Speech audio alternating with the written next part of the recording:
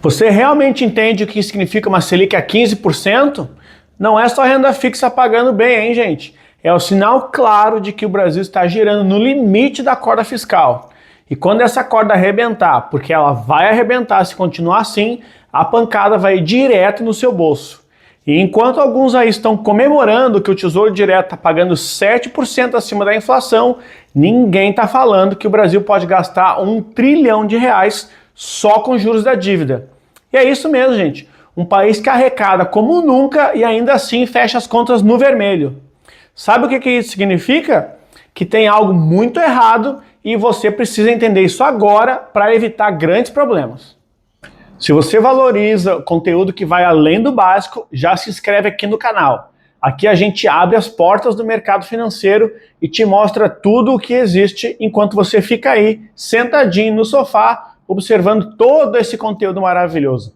Já deixa aquele sinal de vida aí, solta o dedão no like e, por favor, comenta aqui a sua opinião. Eu realmente quero saber a opinião de vocês sobre o que vocês estão achando disso tudo. E se o Brasil vai segurar essa bomba ou deixá-la estourar.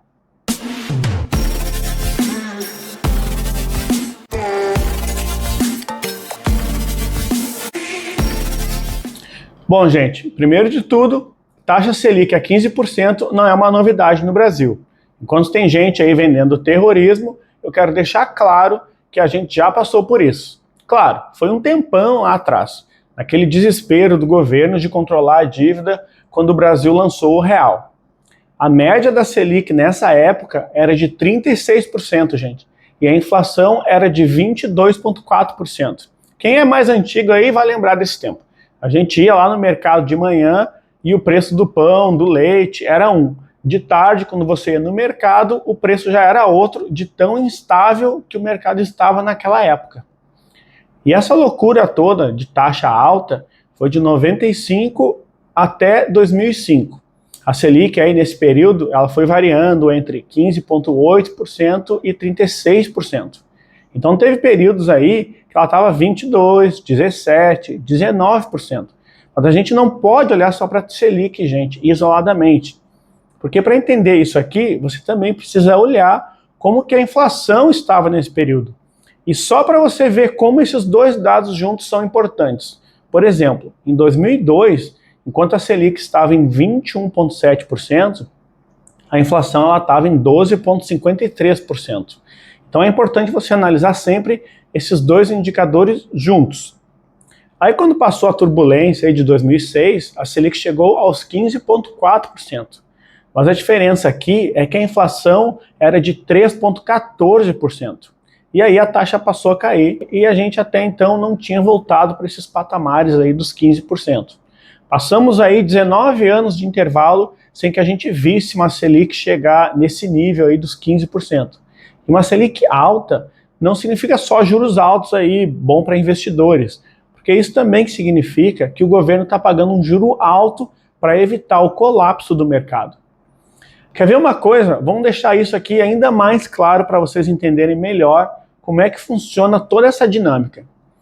Vocês já repararam que vocês sempre ouvem falar aí nos noticiários e tal sobre o aumento do dólar e que isso vai influenciar a economia aqui no Brasil e tal?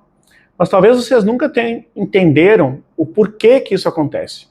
Bom, isso acontece simplesmente porque muita coisa que a gente consome aqui tem alguma parte dela ali do custo em dólar. Vocês podem abrir aí a geladeira de vocês e vocês vão ver o refrigerante que a gente toma, algum outro suco, a própria geladeira tem uma parte do custo dela que é em dólar. O celular que a gente usa, vários itens. Então quando eu vejo aí alguns comentários, só o rico que reclama porque se o dólar sobe ele vai poder gastar menos na viagem, etc. E não é bem assim, gente. Quando o dólar sobe, isso afeta todo mundo. E um detalhe, ainda afeta mais ainda as pessoas de classe mais baixas, porque elas sofrem muito com isso, justamente porque elas estão presas ali aos alimentos da cesta de consumo. E porque elas não ganham muito dinheiro, elas não conseguem escapar dessas oscilações aí cambiais. Vamos olhar os dados aqui desse estudo da FGV.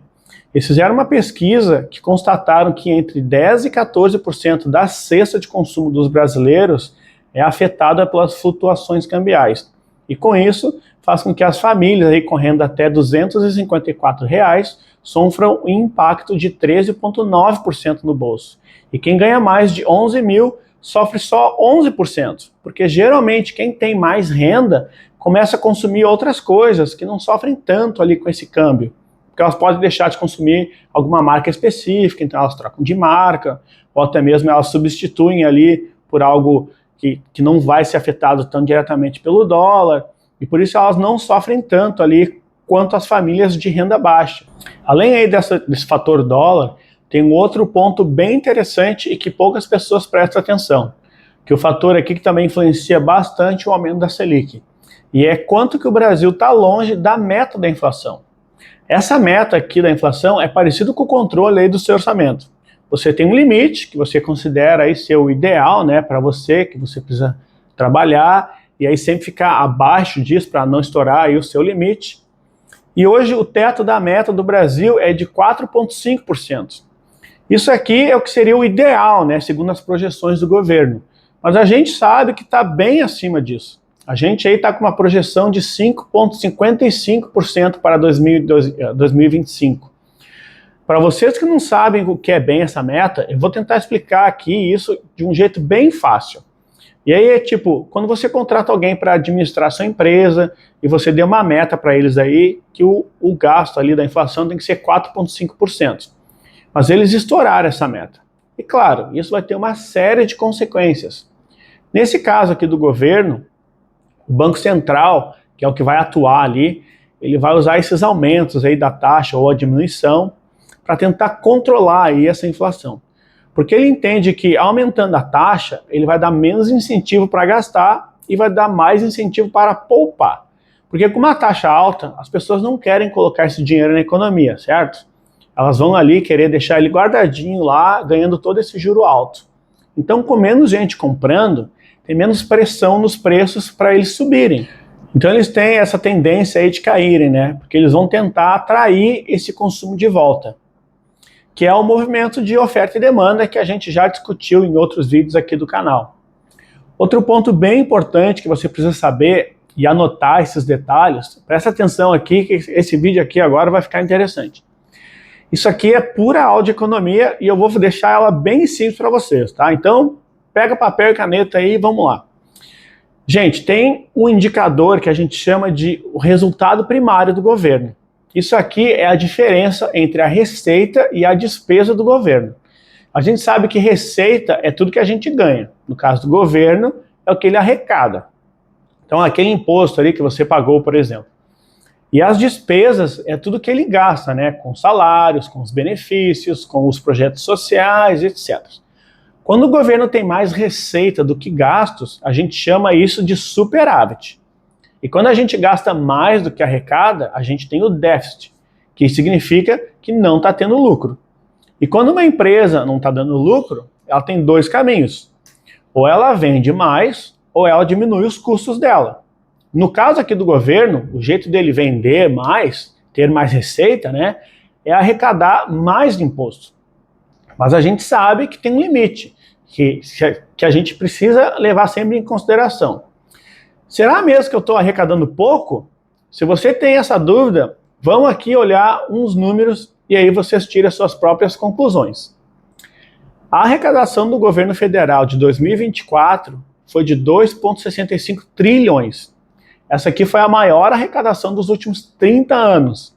Então só aqui você já não entende, né, o porquê que o governo fala toda hora em aumentar o imposto ou tentar taxar isso ou aquilo. Até mais de 2025, o governo já arrecadou 1,2 trilhão, gente. Só em maio, sozinho, ele arrecadou 230,2 bilhões. Aí você acha que está arrecadando bem pra caramba. Mas aí vamos olhar outro ponto. Quanto que o governo está gastando? E aí é que vem a surpresa. Até mais de 2025, os gastos do governo já ultrapassaram 1,616 trilhão. Um déficit de 27%, gente. É muita grana sendo gasta. E aí, claro, você vai ler muita notícia aí falando mal do governo, isso e aquilo. E eu não estou aqui para falar mal desse ou daquele governo. Eu estou aqui mostrando os dados e aí vocês é que analisem. E um dos dados que o governo se preocupa muito é o dado de como está a aprovação desse governo. Porque se o governo tem o apoio da maioria do povo, significa que ele está fazendo a coisa certa. A economia está controlada e ele vai conseguir passar as leis ali que ele acredita serem boas para o país. Mas, se a aprovação do governo está baixa, significa que ele terá mais dificuldade para aprovar esses projetos. E aí muitos governos aí, para tentar recuperar esse sentimento de aprovação, eles começam a gastar dinheiro público com as ações de incentivo, por exemplo, para aumentar a popularidade deles. Então você vai ver projetos aí de isenção de imposto de renda mais ampla, projetos de isenção na luz, gás de graça aí para uma certa parte da população, projetos aí de diminuir a escala de trabalho, e aí por aí vai, gente. O que eles tiverem de ideia, eles vão inventar. Mas aí vem uma pergunta: quem realmente é que vai pagar essa conta? Porque vocês viram aí nos números anteriores, a conta já não está fechando. Só de 2023 para cá, o governo atual já inventou ou subiu impostos 24 vezes. E isso é muita mudança no bolso ali de todo mundo. Para deixar isso aqui mais claro, vamos ver uns números aqui. Em 2022, o Brasil pagou 718 bilhões em juros. Em 2025, a estimativa é de R$ 1 trilhão, e só em juros, gente. Isso aqui é sem abater nadinha do principal da dívida, tá? Mas aí você vai ler aí umas desnotícias, como eu chamo, e ver o governo aí sonhando com um superávit primário de 34 bilhões em 2026. O que não é verdade, gente. Porque se o Brasil lucra 34 bi e paga 1 trilhão só de juros, como é que isso pode ser possível? Isso é uma tal de matemática nova, talvez?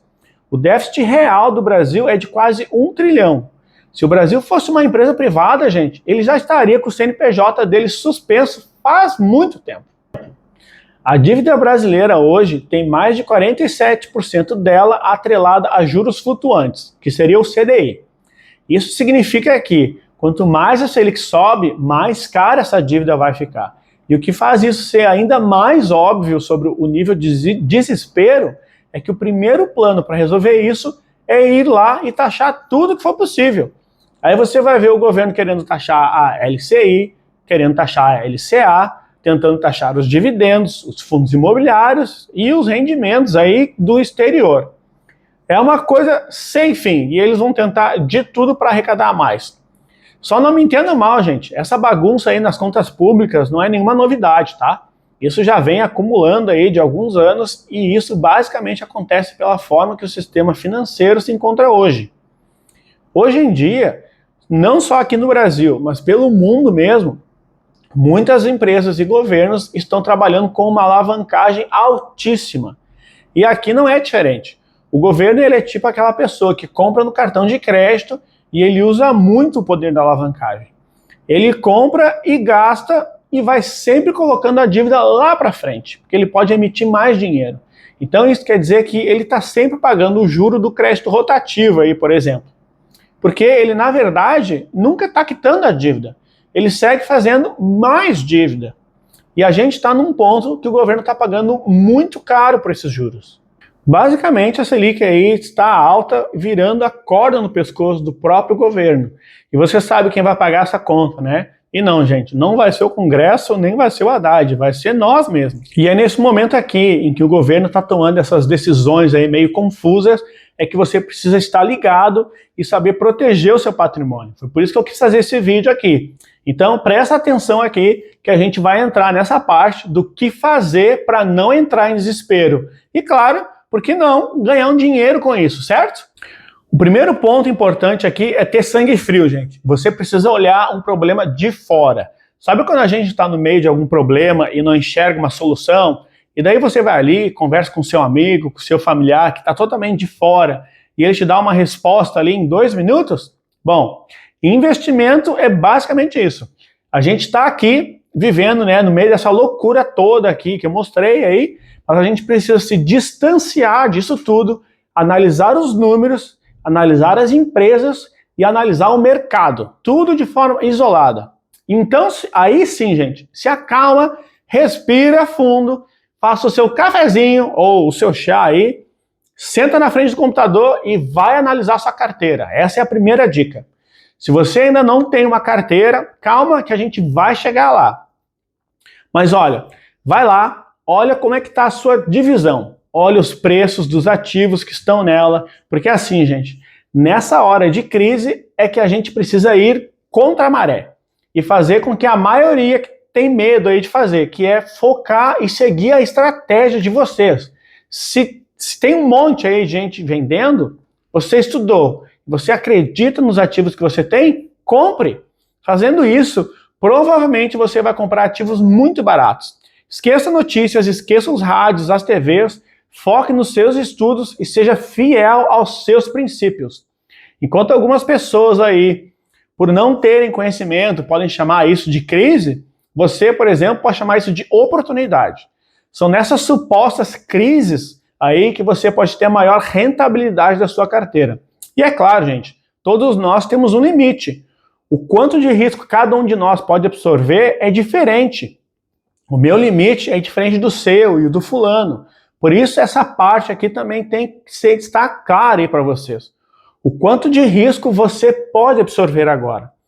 E agora que você já está calmo, está concentrado e sabe dos seus limites, vamos ver aí algumas opções que existem no mercado. Mas como sempre, gente, isso aqui não é uma recomendação. Isso aqui são opções amplamente abertas aí no mercado e que tem outras tantas mais. E é claro, você precisa saber o que você está fazendo. Vamos começar simples e aos poucos aqui a gente vai complicando um pouquinho ali os detalhes. Para vocês que não fazem ideia do que estão fazendo, estão perdidos aí com esse monte de números e resultados das empresas, volta aqui no canal e vai estudar. Tem um monte de vídeo aqui que vocês precisam assistir antes de mergulharem nesse oceano aqui do mundo dos investimentos. E por que ali esses fundos aí de investimentos eles podem ser uma boa ideia para quem não sabe nada? Porque eles vão ter ali um pouco em ativos internacionais, um pouco em renda fixa, um pouco em ações, alguma coisa aplicada em dólar, e alguns aí até mesmo tem cripto aí no meio. E tem várias corretoras que oferecem isso, gente. E claro, tem vários fundos para você olhar. Você não vai ter aqueles retornos aí expressivos, mas também não vai ficar de fora dessa onda aí. E claro, sempre tem que ler tudo, gente. Compare as taxas, compare os valores de investimento, etc.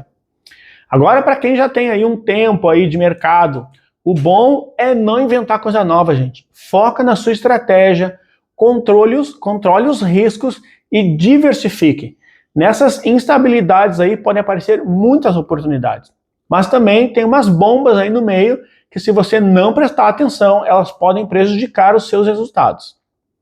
Para quem já é mais avançado, tem um domínio bom sobre conceitos, já sabe fazer uma análise mais aprofundada e tem um apetite um pouco maior aí para risco, tem algumas opções aí no mercado que se elas se enquadrarem no seu perfil, elas podem trazer um resultado bem legal para você.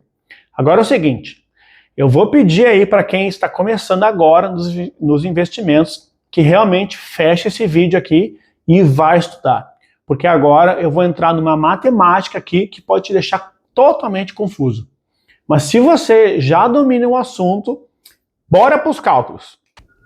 Bom, com o Brasil aí trabalhando uma Selic a 15%, os ativos de renda fixa estão precificados no topo e a curva de juros está totalmente esticada. Essa aqui é uma estratégia utilizada por vários big players aí e é bem comum no mercado de alta renda e publicamente aberto, gente. Não é segredo para ninguém. Os nossos queridinhos aqui são Tesouro IPCA mais 2045, 2055, Tesouro pré-fixado 2029, Renda mais, debêntures incentivadas aí, né, que são isentas do IR, e os multimercados que ganham com marcação ao mercado são algumas das estratégias usadas aí pelos grandes investidores. Para quem já assistiu o vídeo aqui do canal sobre a marcação ao mercado, sabe o que eu estou falando, gente. Historicamente, e com o ano de eleição chegando aí no próximo ano, dá mais ou menos para a gente dizer que a Selic não deve subir muito mais. Até porque, gente, na última reunião do Copom já não teve aí uma unanimidade, né? Então é um sinal de que a casa já está dividida por lá. Então, simula aí, gente. Se você aplicar num título hoje, com essa taxa de 15%, esse título aí pode variar tranquilamente, gente, entre 30% e 50% se a Selic cair para 10% ou menos em 2 anos. Isso sem falar no carry-on, né? E aí de 6% a 7% mais a inflação. Mas, né, tem que saber o que está fazendo, gente. Tem que estudar, porque não é qualquer título, nem qualquer prazo. Mas, se você comprar bem e saber a hora de vender, o lucro vai ser violento. E é por isso também que é altamente arriscado, gente. Enquanto tem gente assustada aí voltando para a poupança, por exemplo, os investidores institucionais estão aumentando a posição em renda fixa longa, se protegendo com ativos internacionais e montando carteiras de dividendos com empresas dolarizadas.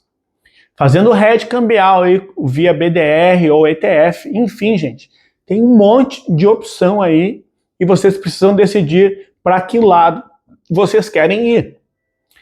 Lembre-se de uma coisa, a crise ela redistribui o dinheiro, gente. Quem tem medo, perde. Quem tem estratégia, ganha. Para quem chegou até o final aqui do nosso vídeo, gente, muito obrigado. Vocês não fazem ideia de como a gente fica feliz quando vocês estão aí curtindo, né, e gostando do nosso conteúdo. Não se esquece, gente, se inscreva no canal, ativa as notificações e até o próximo vídeo. Tchau!